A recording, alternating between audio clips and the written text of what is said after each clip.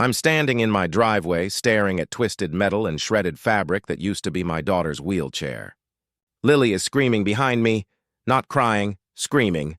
That raw, primal sound that only comes when a 7-year-old's entire world shatters. My hands are shaking so badly I can barely hold my phone to call 911. And there she is, Karen Fletcher, my neighbor of 3 years. Standing on her perfectly manicured lawn with her arms crossed, her face twisted into something I don't even recognize as human anymore. "I told you," she says, her voice cold and sharp as a knife. "I told you she should just stay inside. The wheelchair, Lily's freedom, her independence. Her legs is destroyed, deliberately, methodically, destroyed. But this wasn't just about a wheelchair. This was about everything that came after. Everything I never saw coming. How did we get here? My name is Rachel Morrison, and 6 months ago, I thought I knew what normal looked like. Normal was my daughter Lily, 7 years old with cerebral palsy, racing her custom pink wheelchair down our quiet suburban sidewalk, her blonde ponytail flying behind her like a victory flag. Normal was her laugh, this absolutely contagious belly laugh that made strangers smile even when they didn't mean to. Normal was the way she'd narrate everything she did like she was hosting her own nature documentary. And here we see the wild Lily in her natural habitat, approaching the mailbox at dangerous speeds. Lily was born early, too early, and the doctors said a lot of things back then that I've spent 7 years proving wrong. She'd never walk. She'd probably never talk. She'd need full-time care forever. They were right about the walking part. But everything else? Lily obliterated those predictions. She was sharp as a tack, reading at a 5th grade level. She loved dinosaurs, specifically the ones with the fancy head feathers. She had opinions about everything. Her favorite color changed based on her mood. But purple was objectively superior on Tuesdays. She had 2 best friends at school, a collection of 47 stuffed animals with individual backstories, and dreams of becoming a paleontologist who discovers a dinosaur so cool they have to name it after me. Her wheelchair wasn't a limitation. It was a superhero suit. We decorated it together. Holographic stickers, LED lights on the wheels, a horn that played La Cucaracha. She could pop wheelies. She'd started learning wheelchair basketball. We lived in Maplewood Estates, one of those cookie-cutter subdivisions where everyone knows everyone and kids still play outside until the streetlights come on. I'd moved here when Lily was 3, desperate for community, for the kind of neighborhood where people looked out for each other. And for 3 years, it was exactly that. Until Karen Fletcher moved in next door, it started small. So small I almost missed it. 3 months ago, Karen moved into the house next to ours. A recent divorce, her realtor had mentioned to mine. She was in her early 50s, drove a white Mercedes, and had the kind of face that looked like it hurt to smile. The first time Lily wheeled over to introduce herself, because my daughter never met a stranger, Karen's smile was tight. "Well, aren't you brave?" she'd said. The pause so pregnant it could have had twins. I felt the hair on my neck prickle, but Lily didn't notice. She just launched into her standard introduction. "I'm Lily. I'm 7! I like dinosaurs and purple and my wheelchair goes really fast. Want to see?" "Maybe another time, sweetie," Karen said, already turning back to her unpacked boxes. I have a lot to do. Strike 1.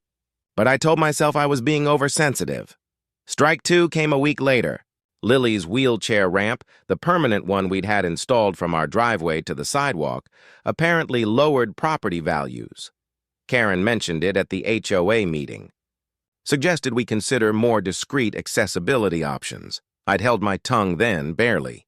Told myself she just didn't understand. But strike 3? Strike 3 happened on a Tuesday afternoon in late March. I was inside making snacks when I heard Lily's voice outside, higher than usual. Not scared yet, but confused. "But I always play here," she was saying. I walked to the window. Lily was on the sidewalk, public property, right at the border where our driveways met. She'd been drawing with sidewalk chalk, something she did every afternoon. Dinosaurs mostly. Terrible. Wonderful 7-year-old dinosaurs in every color. Karen was standing over her, arms crossed. "This is my property line," Karen said, her voice acid. And I'm tired of looking at your mess. But it washes away when it rains, Lily said, and I could hear the tremor starting. She didn't handle confrontation well. Mommy says sidewalks are for everyone. Your mommy isn't here right now, is she? I was already moving toward the door, but Karen was faster. You know what I'm tired of? Karen's voice rose. I'm tired of hearing your wheelchair every single day. That constant squeaking. Those ridiculous lights. This whole street has to deal with your situation. I froze on my porch, my hand on the railing. Do you know how hard it is to sell houses in neighborhoods with disabled children? Karen continued, and the way she said disabled made it sound like a curse word. People see that chair, they see medical equipment, they see problems, and they go look somewhere else. Lily's face. God, her face. It was like watching my baby realize for the first time that not everyone thought she was wonderful. I'm sorry, Lily whispered, and that's when Karen said it. The words I'll never forget. You should just stay inside. Nobody wants to see that anyway. Time stopped. The world stopped. Everything stopped except the sound of my feet hitting the driveway. Get away from my daughter. My voice didn't sound like mine. It sounded like something feral, something dangerous. Karen turned, and for just a second, I saw fear flicker across her face. But then her expression hardened. I was just explaining to your daughter about property boundaries and neighborhood standards. You told my 7-year-old daughter she should stay inside because she's in a wheelchair. I was shaking. You told her nobody wants to see her. Well, I didn't. I mean, if you would just... Karen sputtered, looking around as if hoping someone would back her up. The street was empty. I have a right to my opinion about what affects my property value. Lily, go inside, I said quietly. Now, Mommy, inside, please. I didn't look at her. I couldn't. If I looked at her face, I'd lose it completely. I heard the electric hum of her wheelchair, the little squeak Karen had complained about. The squeak I'd been meaning to fix but actually kind of loved because it meant I always knew where Lily was. When I heard our door close, I took 3 steps closer to Karen. If you ever, I said, my voice low and shaking, ever speak to my daughter again, we're going to have a very different kind of conversation. Do you understand me? Karen's face flushed red. Don't you threaten me? I'll call the police. I'll report you to the HOA. You can't talk to me like this on my own property. We're on the sidewalk, I said. Public property, like I taught my daughter. I turned and walked back to my house, my whole body trembling with rage I couldn't release. Behind me, I heard Karen's voice, shrill and mean. You're raising that girl to think the world owes her something. Well, it doesn't. The world doesn't stop for wheelchairs. I didn't respond. I went inside to hold my crying daughter and wonder how I was going to explain to her that some people's hearts were just broken. Had no idea how much more broken things were about to become. Lily didn't talk for the rest of that day, not at dinner. When I made her favorite, mac and cheese with the shaped noodles, dinosaur-shaped, obviously. Not during her bath, when she usually narrated elaborate stories about underwater dinosaur kingdoms. Not even when I read her 3 extra bedtime stories using all the voices she loved. She just stared. At one point, she asked, Mommy, am I a problem? I felt something crack inside my chest. No, baby. No, no, no. I pulled her close, careful of the spastic tension that sometimes seized her legs. You are not a problem. You are not anything that woman said. She's wrong. She's so wrong, it's not even... I stopped myself. I didn't want to teach Lily to hate. She doesn't understand. But she said people don't want to see me. Then those people are missing out on knowing the most incredible kid on the planet. I kissed her forehead. You know what you are? You're a freaking supernova. You're so bright and amazing that some people, small, scared people, can't handle it. That's not your fault. That's their problem. She considered this, her brilliant little mind working. Like how some dinosaurs couldn't adapt when the environment changed. Exactly like that. And we know what happened to those dinosaurs, a tiny smile. Small, but there. They went extinct. Exactly. But that night, after she finally fell asleep, I sat in my kitchen and cried. Not the pretty kind of crying, the ugly, snotty, silent scream kind of crying where you stuff a dish towel in your mouth so you don't wake your kid. I'd known this day would come eventually. The day someone would be cruel. I'd prepared speeches, practiced responses, armed Lily with comebacks and confidence boosters. But I hadn't prepared for how much it would hurt. How helpless I'd feel. How the mama bear protective rage would mix with grief for my daughter's lost innocence. The next morning, Lily asked if she could stay home from school. She never asked to stay home. She loves school. Stomach hurts, she mumbled, not meeting my eyes. Lily, baby, please. I let her stay home. I called in sick to work. We built a blanket fort and watched dinosaur documentaries, and I held her close and pretended my heart wasn't breaking. Around lunchtime, I texted my best friend Sarah, just the bare facts. She called immediately. That woman, Sarah hissed. I'm coming over. No, I don't know what to do. Do I report this somehow? To who? The neighbor police? The HOA, Sarah said immediately. They have codes of conduct. Email the board president. Document everything. Time, date, exact words.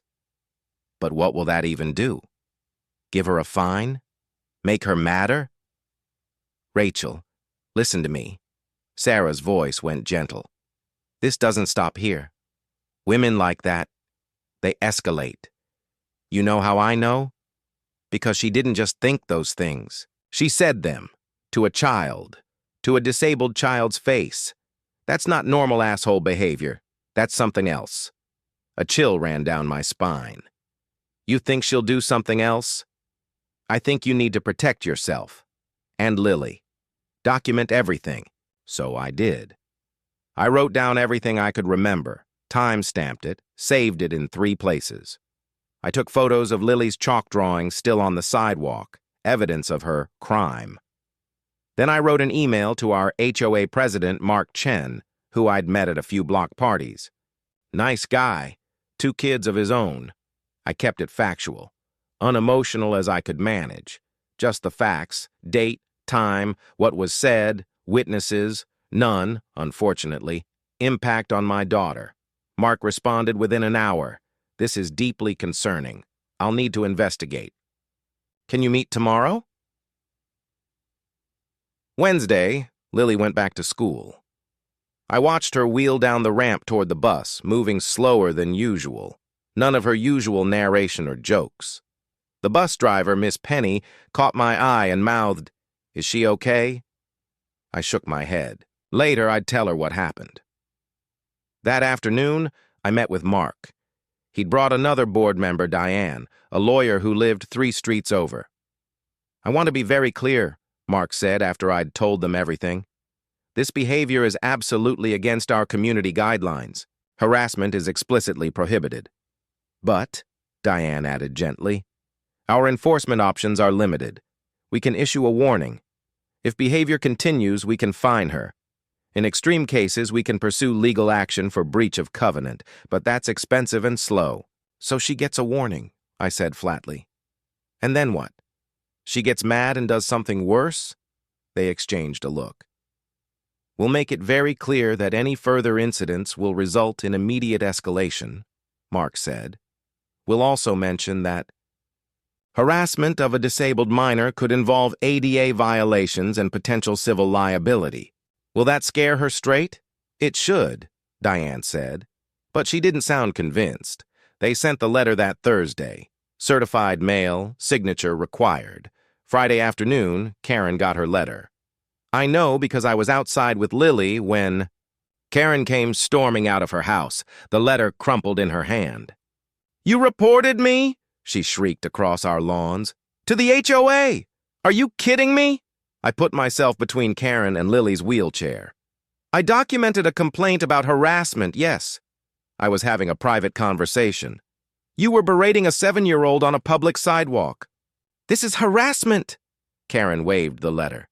You're targeting me because you don't like that I told you the truth. Your daughter is a property value issue. That's a fact. Several neighbors had emerged now. I saw Mark a few houses down, his phone out.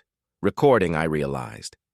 The HOA has clear rules about harassment, I said, keeping my voice steady. You violated them. These are the consequences. Consequences? Karen's laugh was sharp and bitter. You want to talk about consequences? You have no idea what you've started. She stormed back inside, slamming her door hard enough I felt it. Lily was crying silently in her wheelchair. I knelt down, blocking her view of Karen's house. It's okay, I whispered. It's going to be okay. But I didn't believe it. And I was right not to. The weekend was tense, but quiet. I kept Lily inside mostly, which she hated, and I hated. But the thought of Karen coming back outside. Monday morning, I walked Lily down the driveway to wait for her school bus. Her wheelchair squeaked. That same squeak that apparently offended Karen so deeply, and Lily had been quiet all morning. Mommy, she said as we waited, what if kids at school think I'm a problem too? They don't. They love you, remember? Emma and Jordan are your best friends. But what if they start thinking like Miss Karen? Miss Karen. The respect in that title made me want to scream. Baby, look at me. I knelt down to her eye level. What Miss Karen thinks is wrong. You know how I know. Because everyone else, your teachers, your friends, their parents, our other neighbors, they all think you're amazing. One person being wrong doesn't make them right. The bus pulled up. Miss Penny opened the door, deployed the lift, and gave Lily a huge smile. There's my favorite paleontologist. Did you know they just discovered a new dinosaur species in Mongolia? Just like that, Lily lit up. Really? What kind? Does it have feathers? As the bus pulled away, Lily was gesturing excitedly, back to her normal self. I turned to walk back to my house and froze. Karen was in my driveway, standing next to Lily's wheelchair ramp. She had a tape measure. What are you doing? I called out. Measuring, Karen said without looking up. This ramp extends exactly 14 inches onto public property. That's code violation. My stomach dropped. That ramp was professionally installed. It was inspected. It's legal. Not according to Municipal Code 47.3.2, which states that accessibility modifications cannot extend more than 12 inches into public right-of-way without special permit. She finally looked up, and her smile was poisonous. Do you have a special permit, Rachel? I didn't, because our contractor had assured us we didn't need one. Because 14 inches was standard. Because, you're really doing this, I said quietly. You're really going after my daughter's wheelchair ramp. I'm ensuring code compliance, Karen said primly. Something you should have done before construction. Maybe next time you'll follow the rules like everyone else has to. This is retaliation. For the HOA complaint. This is civic duty. She snapped her tape measure shut. I've already filed a complaint with the building department. You'll probably get a letter this week. They'll either make you modify it or remove it entirely. Something hot and terrible rose in my throat. That ramp is my daughter's independence. Without it, she can't get in and out of our house by herself. Should have thought of that before you attacked me for having an opinion. You told a disabled 7-year-old she should stay inside? I suggested she be more considerate of others. Karen's voice rose. Which is clearly a concept you never taught her. You've raised her to think the world revolves around her wheelchair, and guess what? It doesn't. The rest of us have to follow rules, and so do you. A car pulled up. Mark Chen, the HOA president. He got out quickly. Karen, step back, please, he said firmly. I'm on public property. You're harassing a community member in clear retaliation for a legitimate complaint. This is your second warning. He looked at me.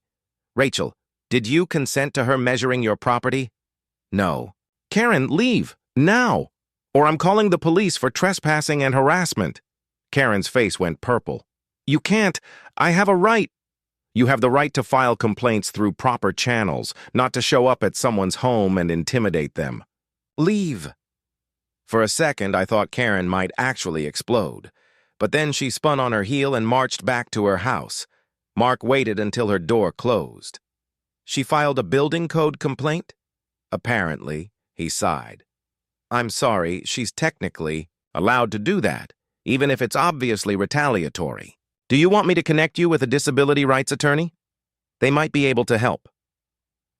I don't know. Is it going to come to that? I hope not, Mark said. But his face said something different. That evening, I called Sarah. Then I called my sister. Then I called Lily's physical therapist, who'd helped us navigate the ramp installation in the first place. That ramp is absolutely up to code, she said immediately. I'll send you all the documentation. And Rachel? Document everything this woman is doing. Every interaction, time, date, witnesses. Because this feels like disability-based harassment, and that's illegal under the Fair Housing Act. It's not housing, though. We own our home. Doesn't matter. If she's targeting you because of Lily's disability, that's discrimination. Period. I spent that night photographing everything. The ramp, the measurements, the HOA letters. I printed Karen's original letter and highlighted the discriminatory language. I started a Google Doc with detailed timeline. I was building a case. I just didn't know for what yet. Wednesday, I got the letter from the building department. Complaint filed regarding non-permitted ramp extension. Inspector scheduled for next week. Thursday, Lily came home from school crying. Not her usual emotional regulation stuff. This was different. What happened? I asked, gathering her into my arms on the couch. Emma asked if I was moving, she sobbed. My stomach dropped. What? Why would she ask that? She said her mom heard someone saying we might have to move because of my wheelchair. I saw red. Actual literal red. Who said that? I don't know. Emma just said she heard her mom talking about it. I texted Emma's mom, Julia, immediately. Did you hear something about us moving? Her response came quick. Can I call you? When she called, her voice was tight with anger. I'm so sorry Lily heard that. I was talking to another mom at pickup about what's happening with your neighbor, and I mentioned she was trying to make you remove your ramp, and I said I was worried she wouldn't stop until... She stopped. I shouldn't have said it where Emma could hear. I'm so sorry. What else is going around? I asked, my voice hollow. Julia hesitated. Karen has been... talking. At the grocery store, at the gym, anywhere she sees people from the neighborhood. She's telling people that you're the problem. That you attack anyone who questions your special accommodations. That Lily is allowed to be a nuisance because you play the disability card. I closed my eyes. She's running a smear campaign. A really effective one, Julia admitted. Most people don't believe her. You're well-liked, everyone loves Lily, but she's good at planting seeds. She makes it sound reasonable, like she's just concerned about fairness and property values. After we hung up, I sat in my kitchen and tried to figure out what to do. This wasn't just about a hostile neighbor anymore. This was about someone actively trying to destroy our reputation, our home life, my daughter's sense of safety. Friday evening, I was grilling burgers on our back deck when I heard it. A crash. A scream. Lily's scream. I dropped the spatula and ran. Lily was in the driveway next to her wheelchair. Or rather, what used to be her wheelchair. The frame was twisted. The wheels were bent at impossible angles. The seat was torn completely off. The control panel, the expensive custom-programmed control panel that had taken months to get covered by insurance, was smashed into pieces, and standing on her lawn, garden shears in hand, was Karen. It was blocking my view, she said calmly. And I warned you about leaving equipment in common areas. I couldn't breathe. Couldn't think. Could only stare at the destruction while my daughter screamed, You... I couldn't form words. You destroyed my daughter's wheelchair. I removed an obstruction from the property line, Karen said, setting the shears down on her porch. If you're going to leave expensive equipment lying around, that's your problem. It was in our driveway. It was in use! My daughter was sitting 50 feet away. Property line dispute. You should have been more careful. Lily was hyperventilating now, that terrible gasp sob that meant she was going into a panic attack. I had to get to her, I'm calling the police, I managed, pulling out my phone. Go ahead, Karen said. "I'll tell them about your ramp violation and how you've been harassing me for weeks." My hands shook so badly I could barely dial 911. 911, what's your emergency? "My neighbor just destroyed my daughter's wheelchair," I heard myself say, my voice strangely distant. "My daughter has cerebral palsy. She can't walk. The wheelchair it's destroyed. We need police, and maybe an ambulance. My daughter is having a panic attack." The operator's voice sharpened. "Ma'am, is anyone in immediate danger?" No, the neighbor's in her house now." "But my daughter—" "Okay, I'm sending police and paramedics now. Can you stay on the line?" I don't remember the next 15 minutes clearly. I remember getting Lily inside. Remember her gasping for breath while I rubbed her back and counted with her, "In for 4, hold for 4, out for 4. The breathing exercise her therapist taught us. I remember neighbors gathering. Mark appeared from somewhere. Sarah screeched into my driveway. Julia and Emma came running over. I remember the police arriving. 2 officers, 1 older man who looked tired, 1 younger woman who looked angry when she saw the destroyed wheelchair in my driveway. I remember giving a statement while a paramedic checked Lily, who was starting to calm down in Sarah's arms. I remember Karen, poised and put together, giving her statement. "The wheelchair was blocking the property line. I asked multiple times for it to be moved. I'm within my rights to remove obstacles." The older officer looked skeptical. "Ma'am, you destroyed a mobility device. That's not removing an obstacle. That's destruction of property and possibly assault on a disabled person." "Assault? I never touched anyone." "In California, destruction of a mobility device while occupied or in immediate use can constitute assault." The younger officer was looking at her notes. "Where exactly was the wheelchair when you destroyed it?" "On the property line. Ma'am, I need an exact location," Karen pointed. The officer pulled out a measuring tape, traced the property line, then photographed the destroyed wheelchair's position. "This is 3 feet into the complainant's driveway," the officer said. "That's clearly private property." Karen's face went white, then red. "That's not— the property line is— We have survey maps, ma'am. This is not the property line. I felt something loosen in my chest. Proof! Official proof! Ma'am, you're under arrest for vandalism and destruction of a mobility device." The younger officer began reading Miranda rights. Karen started screaming. "This is ridiculous. She's been harassing me, making my life hell because I dared to complain about her special needs child taking over the neighborhood. This is discrimination against me!" The officers didn't respond, just calmly cuffed her and walked her to the patrol car. As they were putting her in the car, Karen turned and looked right at Lily, who was watching from my arms. "This is your fault," Karen said, her voice venomous. "You ruin everything." I felt Lily flinch. Felt her try to make herself smaller. "That's enough," the younger officer said, and shut the car door. After they left, Sarah helped me get Lily inside while Mark and Julia took photos of everything, collected witness statements from the neighbors who'd seen it happen. "Rachel," Mark said, his face grim, "this is beyond HOA now. You need a lawyer. A good one. I can't afford— Disability rights organizations offer free legal aid," Julia interrupted. "I'm looking up numbers now." That night, after Lily finally fell asleep in my bed, she wouldn't let me leave her, I sat in the hallway and looked at photos of the destroyed wheelchair. $14,000. That's what that chair cost. Insurance covered most of it after months of fighting. The custom programming took 4 appointments. Lily had picked out every sticker, every light. It was more than a wheelchair. It was her independence, her freedom, her joy, and Karen had destroyed it with garden shears like she was pruning hedges. My phone buzzed. "Sarah, news van just went past your house." Then Julia, "Someone posted about this in the neighborhood Facebook group. It's blowing up." Then my sister, "Your story's on the local news website. They're calling it Neighbor Destroys Disabled Child's Wheelchair." Then Mark, "3 separate lawyers just emailed the HOA offering to represent you pro bono. And someone started a GoFundMe for a new wheelchair. It's already at $8,000. I started crying again. But this time it wasn't helpless tears. People were angry. People cared.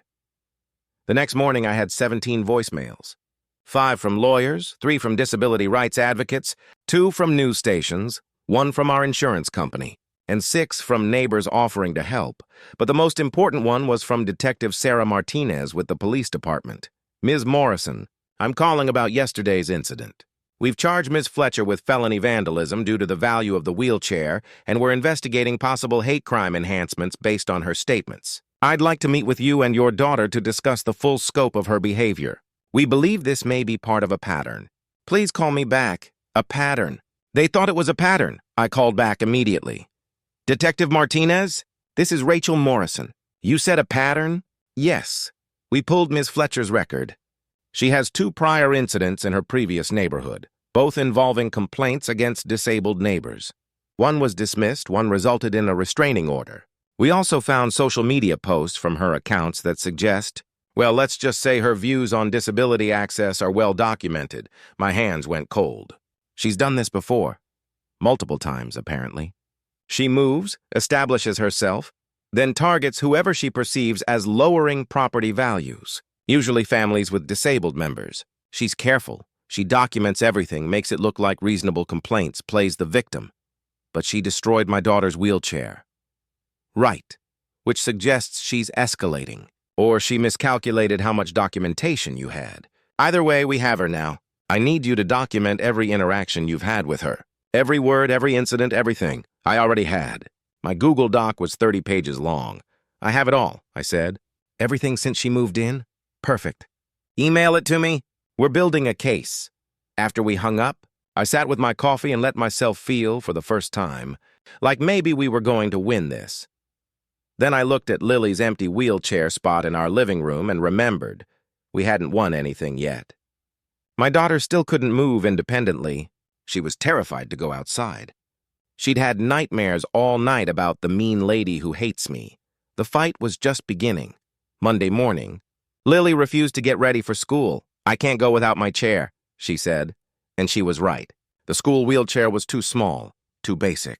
It gave her sores after an hour. And psychologically, she needed her chair, her independence, her mobile home. Okay, I said. We'll do remote learning today while we figure this out. How long? Lily's voice was small. How long until I get a new one? I didn't have an answer. The insurance company said 4 to 6 weeks for approval, then another 6 weeks for manufacturing and programming. 3 months minimum. 3 months of my daughter trapped in our house, dependent on me for everything. That afternoon, Detective Martinez came by with her partner, Detective Kovac. They sat at my kitchen table with coffee while Lily watched a show in the living room. We've done more digging, Martinez said, sliding a folder across to me. And it's worse than we thought.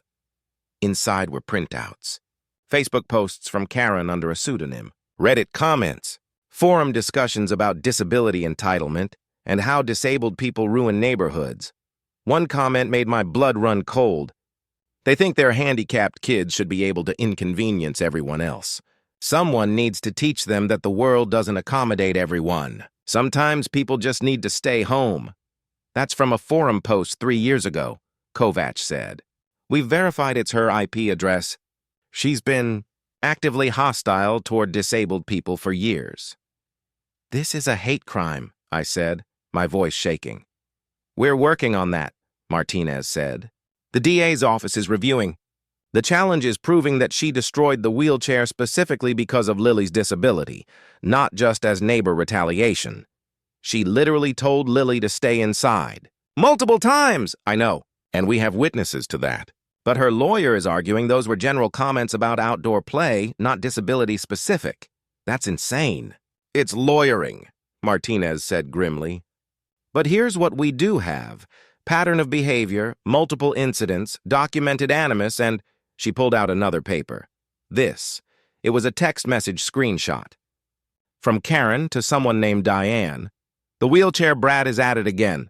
I swear if I have to look at that thing one more time, I'm going to accidentally run it over. These people think their defective kids should be coddled forever.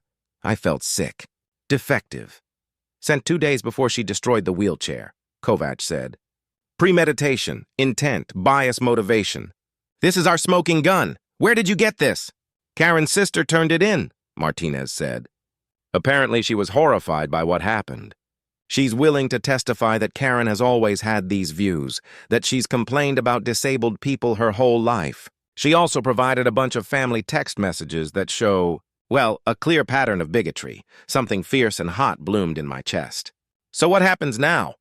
Now we charge her with a hate crime, Martinez said. Destruction of property, vandalism, bias-motivated crime against a disabled minor.